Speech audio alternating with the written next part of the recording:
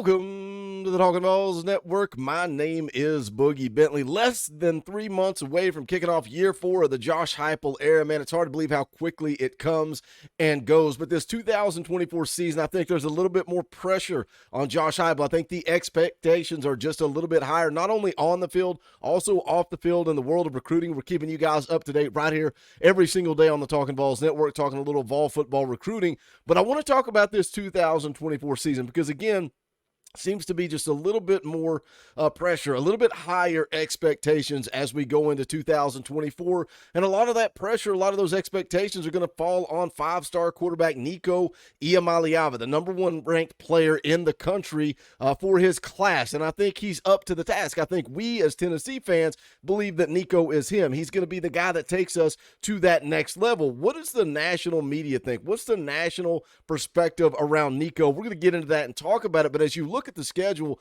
for this 2024 season, I think it sets up nicely for Tennessee. Yeah, you got to go on the road and play against Oklahoma on September the 21st.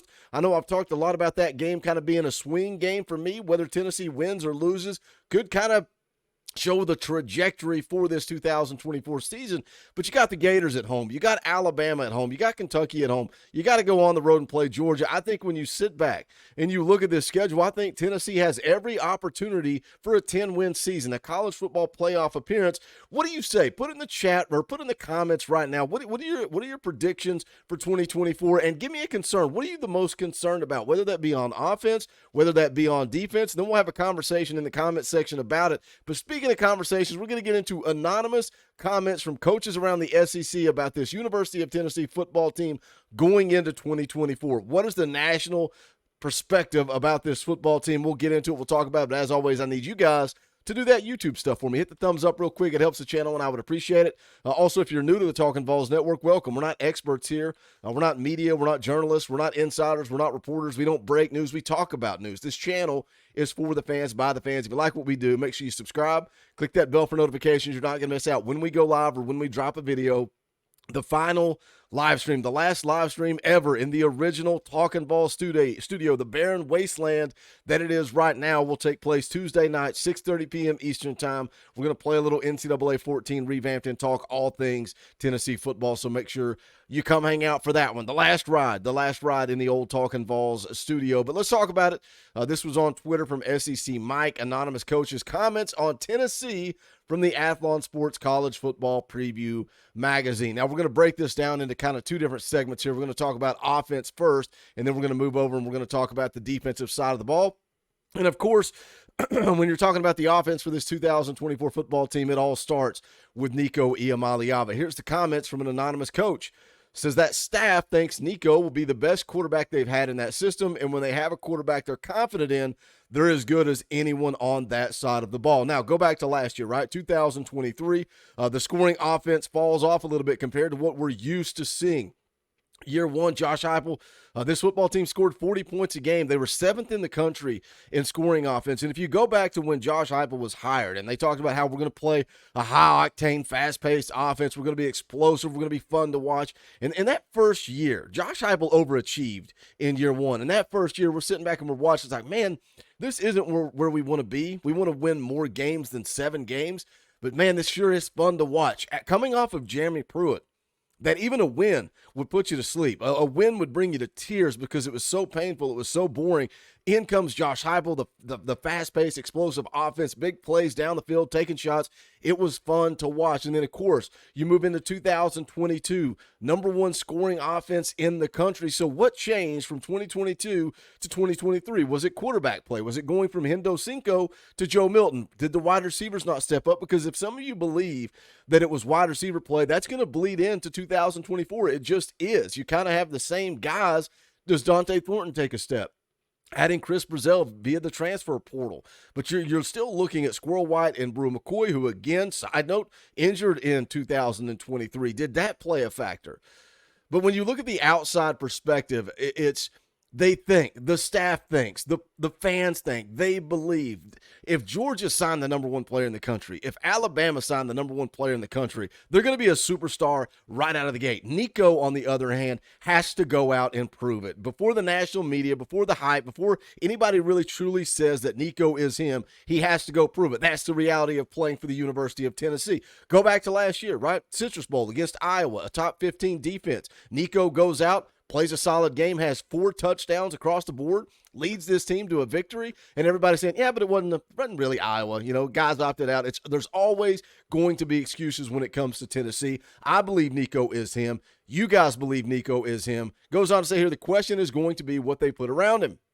He says they don't have an elite wideout or obvious target, but the Tulane transfer, Chris Brazil, is pretty decent. And I get it. Again, you're going to have to go out and prove it. But I think when you talk about people around Nico, I think it starts with the offensive line. You're returning Spraggs. You're returning John Campbell. You're returning Cooper Mays. You upgraded from Gerald Mincy to Lance Hurt at that left tackle position. The big key to me is going to be to watch that left guard spot, the Shamrod Umarov. How does he come along, making a transition from tackle to guard? If Shamrod Umarov can be elite, if he can be even efficient, I think this offensive line is going to roll. And then you got to look at what Nico brings to the table with his elusiveness, his athleticism, his ability to extend plays, keep his eyes downfield, try to go out and make a backyard football play. But then when you talk about weapons, nobody's talking about Brew McCoy. Nobody's talking about Squirrel White. And then we got some young guys in Mike Matthews. What about Dante Thornton, a guy that we had high expectations for last year? We saw a little glimmer of that late in the season, but then he got hurt. There's been a lot of buzz around him in spring camp that Dante Thornton is a different guy heading into 2024. Can he be that guy? Can he go out and be a playmaker? Again, question marks. You got to go out. You got to prove it. But I think Tennessee has some weapons on offense. The running back room, I think Dylan Sampson is a weapon. Obviously, I've been concerned about depth there with the injury to Cam Seldon. Does Deshaun Bishop come along? One of the young guys come along? I've got some question marks if they don't stay healthy. But if they stay healthy, I like this offense. I like the weapons around Nico. What do you guys say? Put it in the comment section. Does Tennessee have weapons surrounding Nico? Are you concerned about the wide receiver position in 2024? Let's go over and take a look at the comments they made about the defense. This was from A to Z Sports. It says defensively, they're not at the level of a national title caliber program in the league, but they're better than when Josh Heupel took over. The floor is higher here, but they have question marks in the secondary, put them right outside the playoff contenders for now, but that quarterback could be really special. Now, you look at Tennessee's defense, and again, going back to when Josh Heupel took over to now, they have improved in every single category. I think the 2023 defense was pretty good.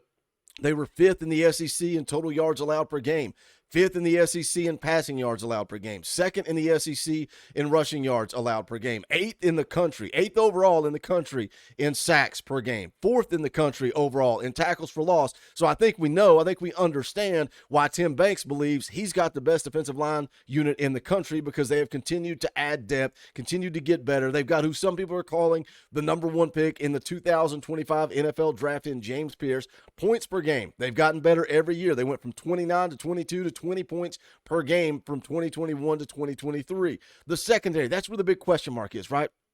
Everybody wants to talk about this Tennessee secondary. Everybody wants to fire Willie Martinez. Everybody wants to fire Tim Banks. But when you go and you actually look at the secondary, they have gotten better year in and year out. 124th in the country going back to 2021. 2023, easy for me to say, they were 45th in the country at 218 yards per game. Again, still not good enough. That's why, the secondary is a concern. The secondary is a question mark. And yes, they did overhaul it, right? All the guys that went out, all the guys that came in, Jacoby Thomas from MTSU, Jermod McCoy from Oregon State, Jalen McMurray from Temple. You've got Ricky Gibson, a guy that started to play some pretty good football last year.